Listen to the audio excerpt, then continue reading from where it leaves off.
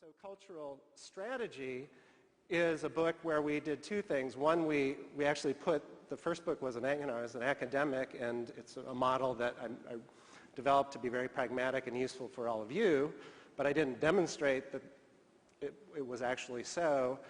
So in the meantime, we've done a ton of projects, just kind of client consulting projects. I've done a bunch of, and then working with Doug on some communications projects.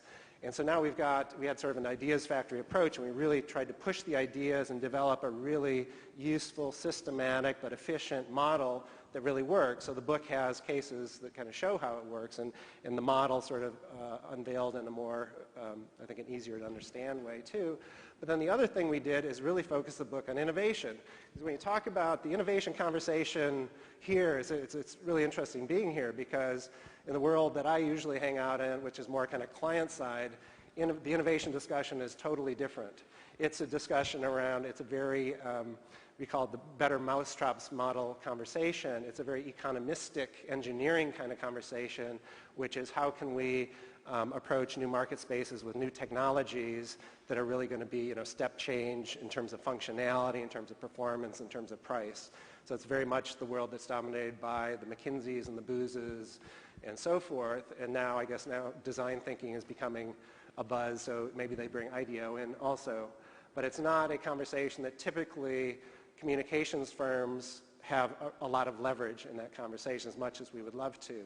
So we really, one of the reasons, sort of motivations for writing this book is really to put, a sophisticated, more kind of culturalist branding approach on the table as a key way to do innovation, a key way to build the big businesses of a decade or 2 decades onward.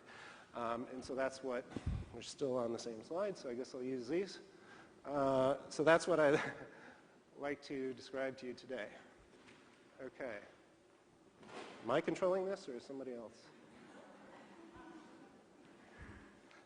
Back. Okay. All right. Where the thinking started, I think we're still in the old deck, but that's okay. Okay, so quick overview, cheat sheet overview of how brands become icons, to sort of get the flavor for this kind of strategy approach with a couple of quick cases, and then we'll move to cultural strategy and kind of go step by step in a little more detailed way with one of the cases, one of the application cases that we worked on, one of the very first ones back in the day, Fat Tire Beer. So the basic idea here, if you look at these brands, iconic brands, they are powerful brands because they are cultural symbols that people identify with and that lead to all these nice emotional valences and brand loyalty and all those things we like to measure. How do they work? By doing these historical studies, what I tried to show in how brands become icons is that you can explain them because for these kind of 4 interrelated components for reasons. First, the brands advance an ideology. It's a word that clients hate to hear. It sounds like political, it sounds not, nice, squishy, emotional sort of word, but brands are most powerful when they're advancing new ideas in society. Ideology, Ben & Jerry's countercultural capitalism, Apple's rebel creative entrepreneurship, Patagonia's adventure environmentalists, Dove's body positive feminism, which we'll talk about in a minute. It's not any old ideology, but it's the right ideology at the right historical moment.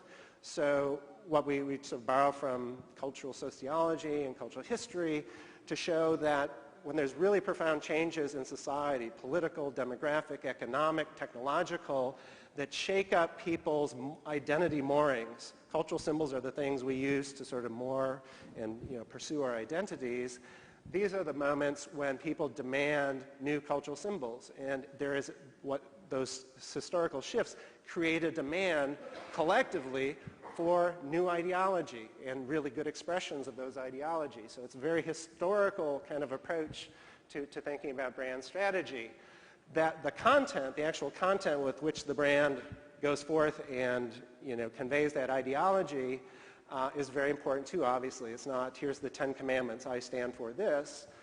Nobody would ever respond. It has to be dramatized appropriately with the right cultural codes and in a credible, authentic way. So virtually all the brands that we've looked at and worked on mine what we call source material, subcultures, social movements, Sometimes the media has developed, particular genre of media have developed these particular ways of expressing the ideology, and brands come and repurpose this material. There's very few brands that are originating. You know, I always like to think that we're artists and just coming up with these magical new ideas that have never been seen before. But really brands, the best of the brands, are incredibly talented and efficient repurposers of culture that exists on the margin, the right marginal culture to address the cultural tension of the day. So that's in, you know, there's a lot more detail here, but in a nut, that is the model and how brands become icons.